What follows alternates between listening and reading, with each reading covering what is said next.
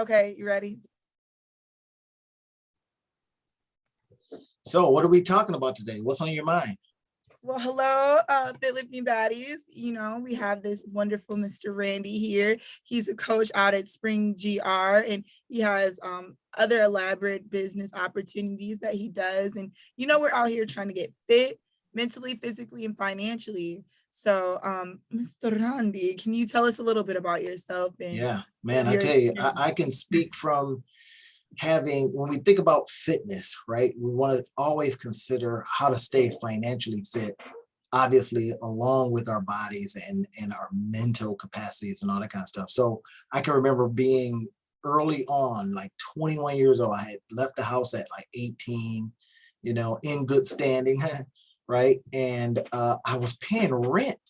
And I remember about 6 months into paying rent, I said to myself, why am I paying this guy every single month? And I had a roommate at the time, right? Every single month. I says, it makes more sense if I could pay myself.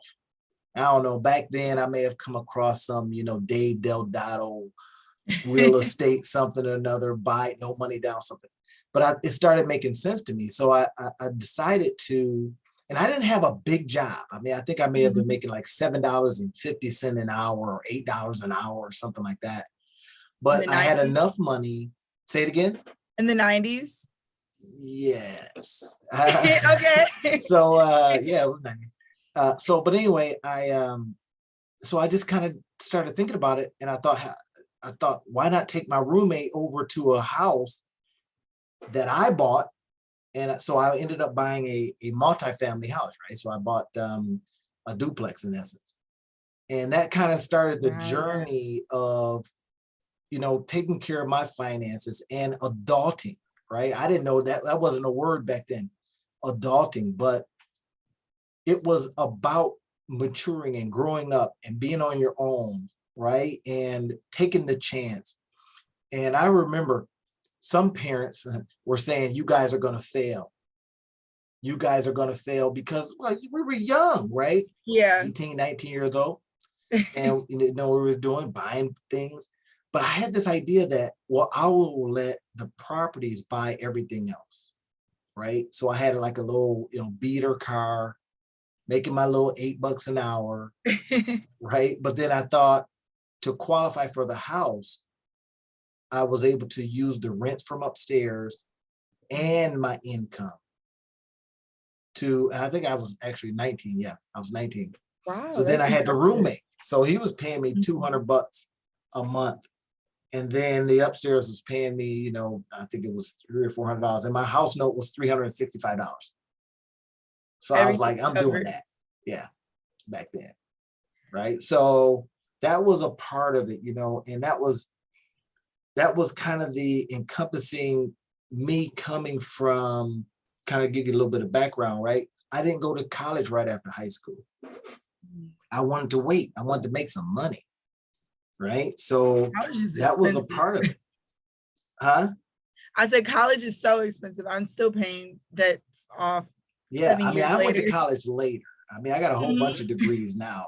And right. And I pull in some debt every month too and pay it and feed it and send it back out there. But when we think about what does it take to keep yourself in certain kinds of shape, financial shape being just one of those areas, right? If you want to do it from the entrepreneurial standpoint, which is all the rage now, or if you want to leverage, and this is something that I strongly recommend, leveraging a job.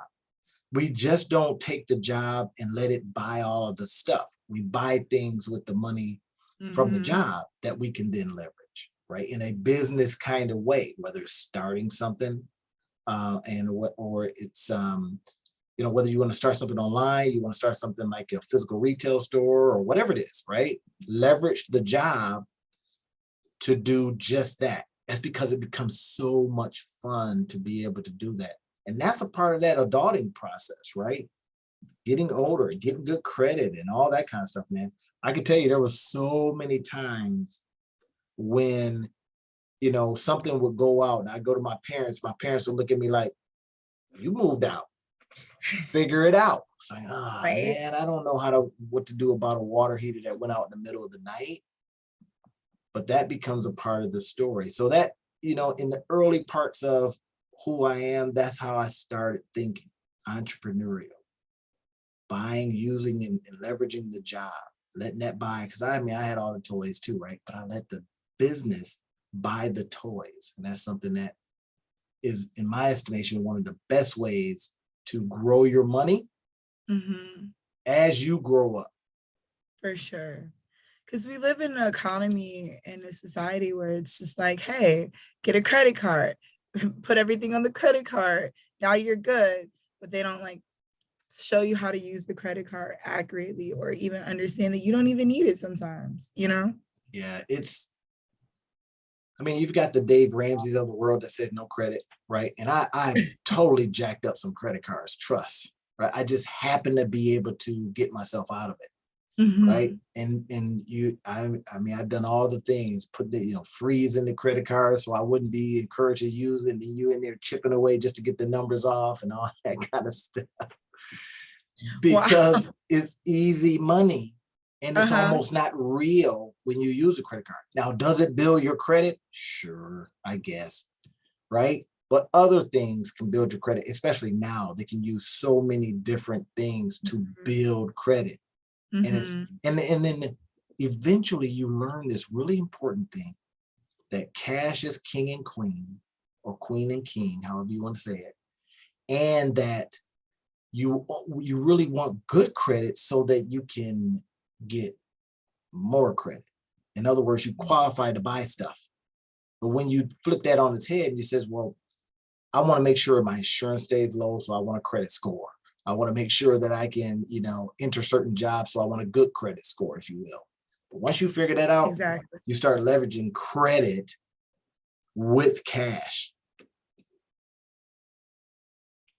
Yeah, I mean, I've never heard it in that terms, but I've always heard of like leveraging debt. You know, if you listen to like Robert Kiyosaki Yep. or Yep. even Grant Good debt Cardone. and bad debt. Yep. Yeah. I mean, there's um, something to that. but even with that being said, you have Grant Cardone doing like real estate investing, but Robert Kiyosaki is like all about gold, gold, gold, and it's just different perspectives with, the same end goal to be financially free. So Yeah. Cash to me, it allows you to be financially free. I'll just say that, not credit. So, yeah. So with talking about cash and everything, how do you feel about, with everything going on in the market and even like cryptocurrency? Because that may not be cash, but that is another type of currency that people are getting involved in. Yeah, it's a great thing, and I steep my toe in all of it, right? Okay. Whether it's DAOs, decentralized autonomous organizations, whether it's NFTs, because I forgot a couple of books that I'm going to be putting on OpenSea as an Right. NFT, leveraging that, right? I'm To link really those as looking well. strongly at BitClout, right? Just kind of seeing what's up Yeah. there. So it is about the asset itself. When you look at the variety of ways that you can collect assets, the big consideration is, well, of these assets, which ones could go to zero tomorrow? Mm. And you got to mitigate that risk, right? You got to leverage that risk in a way that if something goes to zero, something else goes to 100. So it's not gonna, in my estimation, all be NFTs or all be on chain. It's gonna be something that is perhaps a toe dipped in this area because it could go to zero, right? And we've Mhm. seen that kind of fluctuation very, very heavily, right? Mm. We all wish that we had invested, I think, in Bitcoin when it was $70, right? And Mhm. next thing you know, it went to 700. It's like, well, okay, right? I've got a Coinbase account and it's got a couple bucks in it. I forgot about it. Next thing I know, it's like, hey, this is nice. But then Right. now it's back down to, whatever it was, right? And But that's now, true. And then if also you with leverage that, that with cash, though, now yeah. imagine if you had, several hundred over here in cash, and then you had several hundred in these other opportunities, you know, you've mitigated the risk. and touching on all these topics with money and leveraging um, that go along with adulting, uh, how would you how did you focus on taxes and making sure, like, that part, like for me adulting, I'm just like, oh my goodness, if I get into something new, like now you got to pay taxes when you take stuff out for Bitcoin. What is it? It's not income tax, but it's you can have short term long gains, capital Yeah, gains. capital gains. So Sure. I mean, even but with your I'd rather have capital gains than not. right, right, That right, means you right. made some money.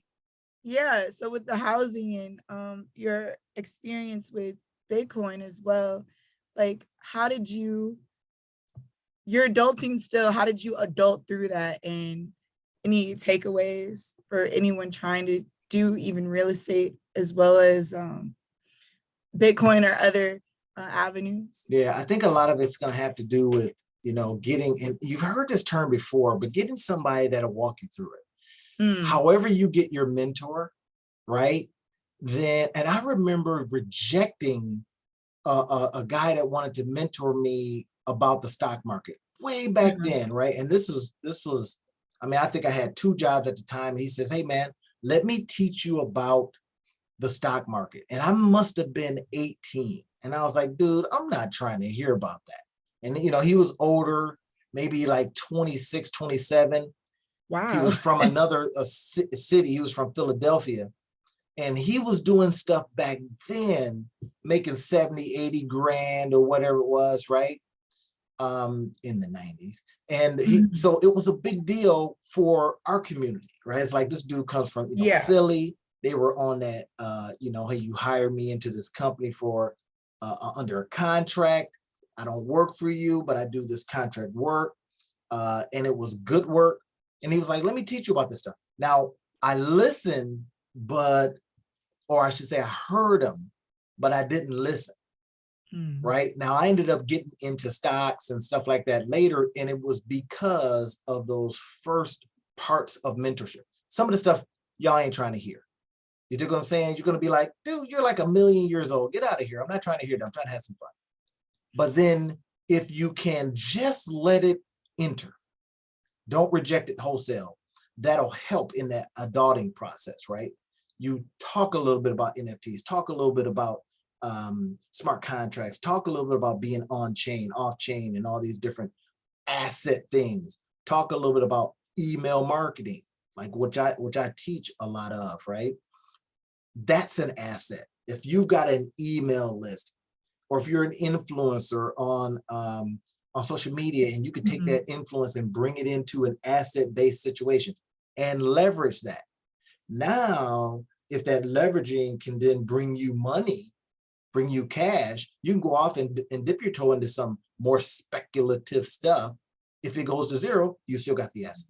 That becomes a part of it. And then with the taxation piece of it, you go, okay, if I got a business and I'm getting taxed at a lower rate, that makes more sense. Or if you have a high income, this is something I recommend. If you got a high income, you're making, high five figures or six figures or whatever, you should have multiple businesses because they will help you mitigate the earned income over Mhm, here, right? Earned income is taxed at like a hell of a rate. Business income is taxed at a lower rate. And then, of course, mhm. real estate and all that kind of stuff. Just so many things that you can then leverage that job to create that then brings down your taxation to a level where you go, you know what? It's not what I made, it's what I don't now have to pay. Wow, that's powerful right there. And that's learned stuff that you learned, some mistakes that you made, and all these different things. And then having somebody speak into you, right? It doesn't Mhm. matter if it's a book like this, right? Or, and I'm not even going to say school, right? Because the new school is YouTube. Oh, for sure, There's no 100%. way, knowing what I know now, I would have got more than one degree. And that would have been an Mhm. associate's, and now called it a day Right? because There's there's so too much many more to learn. Just that saying. that's true. And then some of the people, you're learning from, they don't even know as much as like the professionals giving some advice on YouTube. Granted, you should definitely vet people before you listen to them. Don't listen to any stranger, all strangers online, but do your research and your due diligence. And there's a plethora of knowledge You out are absolutely right. there. But I mean, there's so many things. I'll give you an example, and I'll finish that. There's so many things that you can learn if you're in application mode too. And this is something that we talk about a lot. When you say anything that says with try, I'll be like, there is no try, right? Yes, We're we gonna do or you're do. not gonna do. We do. And I'll say, okay, let's do that right now. Let's test that right now. That's the best learning, right? Mhm. Keeping it all up here and saying, oh, I got all these degrees, I'm smart, is nothing compared to I have the action that has taught me and I have the education from that. Mhm. That's so much more leverageable. I'll take the person, I don't care if a person got a Harvard degree. You give me the person that's got an experience degree, I'll take that PhD and experience over that Harvard degree all day, every day. I 100% get that. I know when I was in college as an anthropologist, we were talking about armchair theory versus people out in the field work, right? Armchair theorists. People in Africa, they like to have tribal groups. They do sustenance off of the land. They don't know anything because they haven't been out there. They don't know if the people, women are more dominant in the tribal group or if men are, Right. but then you have the people actually going out there. They're learning about I know there's an all-woman tribe in Africa, but they don't know those things unless they have those hands-on experiences to be like, with my eyes, I witnessed the men actually take care of the children versus the women. The women go hunt, You have and just so utilized you have just honored your degree. I just want to tell you that with that paragraph, you have, because I didn't know that, and your anthropology training, which you probably said to yourself, how the heck am I going to make some money from this? You have just with that honored your degree. And it, in my opinion, that degree, any degree, quite frankly, is leverageable. We just, a lot of kids are not, a lot of people just don't know how to leverage it. I know how to leverage it because this is what I teach people. You're the man. Like you have Monetize your life guy. That's why they call me that, right? I'm going to show you how to use that degree. I don't care if it was in underwater basket weaving. We're going to use it. I love it. I love it. I love it.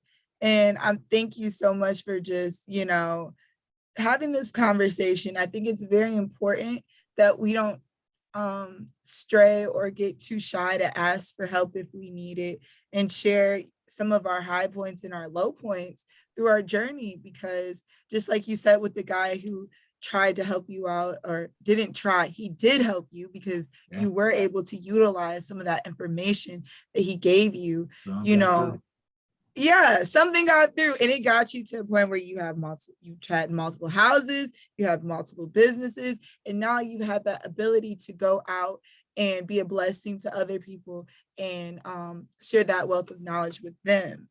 So before we wrap it up a little bit, because I know you're a busy person, you're amazing. People should look at your contacts at the end of this video I'll leave you all the links where people can reach me. I will get that for you. Is there any last few tips, good or bad, that you would like to share with people who are on this journey to adulting, through it or already in it? I think it's about just doing. I'm serious. There's a fear of how something might look, but turn that fear around into how it might look if you don't do something, right? If you don't go out there and experience life, if you find yourself in anxiety-filled situations and you don't go get the necessary help to get you through that so that you can get on with this adulting thing, right? Or discovering stuff. And that's going to be about doing, not thinking, but doing. I 100% agree. There's this word that we used when I was working in the factory. It was called, it was a Japanese word. I think it was a Yamazuki or whatever. Like when they were building the plants out, they didn't build for failure. you Mhm. fail fast. That's what they said. Fail Okay. fast and then you learn. Yep. So I definitely think that's a huge piece of advice. And on that note, I want to thank you again for chatting with me and my fit lifting baddies so we can get financially fit, mentally fit, and physically fit as well. Once again, Mr. Randy's information will be linked at the bottom. Please reach out to him. He's has such a wealth of knowledge and he can get you to having multiple businesses and generational wealth as well. That's what's up. Love it. All right. Thank you. Have a wonderful rest of your day.